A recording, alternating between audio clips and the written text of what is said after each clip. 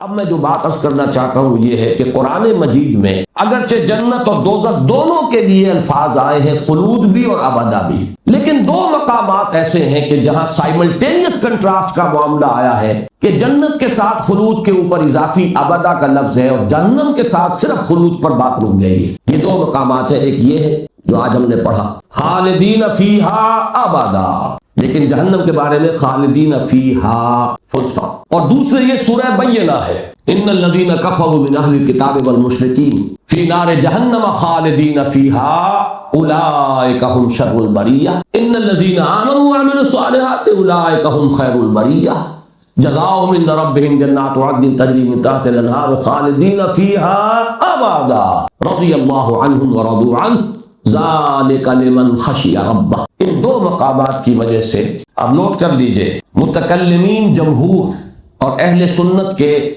جو مستند عقائد ہیں ان میں تو یہی ہے کہ جہنم بھی ابدی اور جنت بھی ابدی، ہمیشہ ہمیشہ، اس لیے کہ ثبوت ان کے پاس بھی ہے کہ قرآن مجید میں مختلف مقامات پہ سکیٹرڈ آپ کو مل جائے گا کہ جہنم کے لیے بھی ابدا ہے، لیکن یہ کہ چونکہ یہ سائملٹینیس کنٹراسٹ جو ہے اس صورت کا اور دوسرا سورہ بینہ کا وہ بہت نمایاں ہے، اس کی بنا پر یہ ایک صرف علم کی حد تک بات رکھیے کہ ہماری امت کی دو بڑی متضاد شخصیتیں ہیں، بعض اعتبارات سے بڑی متضاد، پولز اپارٹ، ایک ابن عربی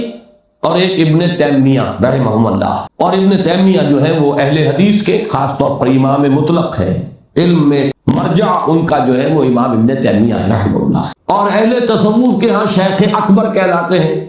ابن عربی، اور امام ابن تیمیہ رحمہ اللہ نے کوئی شرعی گالی نہیں چھوڑی جو ابن عربی کو نہ دی ہو، زندیق اور ملحد اور سب الفاظ شرعی گالیاں یہی ہیں، اور تو کوئی گالیاں شریعت میں تو نہیں، لیکن اس مسئلے میں دونوں متفق ہیں کہ جنت ہے ہمیشہ ہمیش، اصل خلود دائمی ابدی کبھی نہ ختم ہونے والی، لیکن جہنم ایک وقت پر طویل ہے، بہت طویل ہے، بہت طویل ہے، بہت طویل ہے، لیکن it will come to an end، ایک وقت آئے گا کہ وہ ختم ہو جائے۔ منطق اور عقل جو ہے وہ اس رائے کے حق میں بہت سا مواد دیتی ہے، اس لیے کہ اللہ تعالیٰ کی رحمت تو لامتناہی ہے، لیکن اللہ کی سزا جو ہے قرآن مجید میں کہا گیا ایک نیکی کرو گے 10 کا حساب 700 کا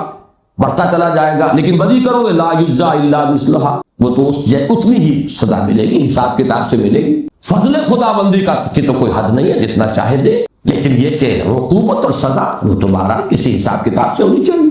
اور جب گناہ سرزد ہوئے ہیں ایک محدود عالم میں، اس کے جتنے بھی اثرات ماں بعد ہوئے وہ بھی محدود ہیں نا،